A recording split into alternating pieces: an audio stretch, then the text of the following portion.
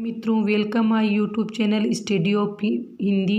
मैं विशेषण के आपको भेद करवा रही थी, उसमें हमारे 3 हो गए थे। आज अगला है चौथा, संकेतवाचक विशेषण। देखो मैंने यहाँ ब्रैकेट में ऐसे लिखा है कि सार्वनामिक विशेषण, संकेतवाचक विशेषण को ही सार्वनामिक विशेषण कहते हैं। देखो मैं परिभाषा से आपको समझाऊंगी, अगर लिखना चाहो तो आप देखो पूरी डेफिनेशन ऐसे है कि ऐसे शब्द जो सर्वनाम है किंतु वाक्य में विशेषण के रूप में प्रयुक्त हो रही है तो वो सर्वनामी, लेकिन वो वाक्य के अंतर्गत किसका काम कर रही हैं? विशेषण का काम कर रही है। अर्थात संज्ञा की विशेषता बताने वाले जो सर्वनाम है, मतलब है तो सर्वनाम लेकिन वो विशेषण का काम करते हैं। आगे हम इसको ज़्यादा समझे तो संज्ञा की विशेषता बताने वाले ये प्रकट करते हैं, वो ही संकेतवाचक होगा। ठीक है, संकेतवाचक विशेषण होगा।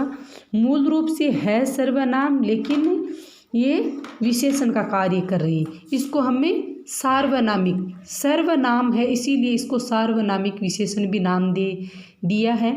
देखो एग्जाम्पल देखेंगे हमें, इस गेंद को मत फेंको, मतलब इस गेंद को मत फेंको तो संज्ञा की विशेषता, मतलब इस गेंद को मत फेंको तो संकेत हो रहा है ना कि इस गेंद को या उस गेंद को, उस पुस्तक को, है ना। तो इसी हिसाब से ये हो गया कि इस गेंद को इशारा हो रहा है, मतलब संकेत हो रहा है तो इसको संकेतवाचक विशेषण बोलते हैं।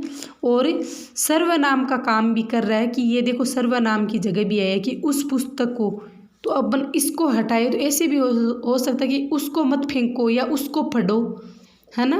ये चीज़ है, इसीलिए ये संकेतवाचक विशेषण है और उसको हम सार्वनामिक विशेषण भी बोलेंगे।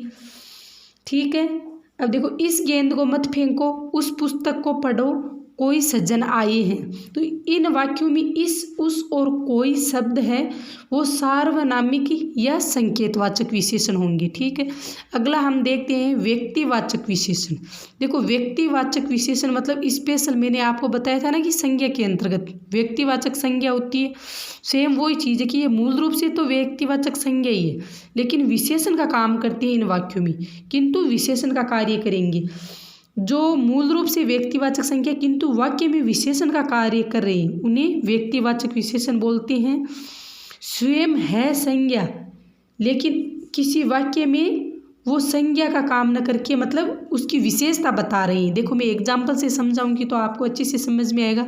जैसे बनारसी साड़ी, कश्मीरी सेब, बीकानेरी भुजिया, इन सब में बनारसी, कश्मीरी और बीकानेरी ऐसे ही संज्ञा शब्द है जो विशेषण के रूप में प्रयुक्त हुए हैं। ठीक है, इसीलिए इसको व्यक्तिवाचक विशेषण बोलते हैं। Thank you.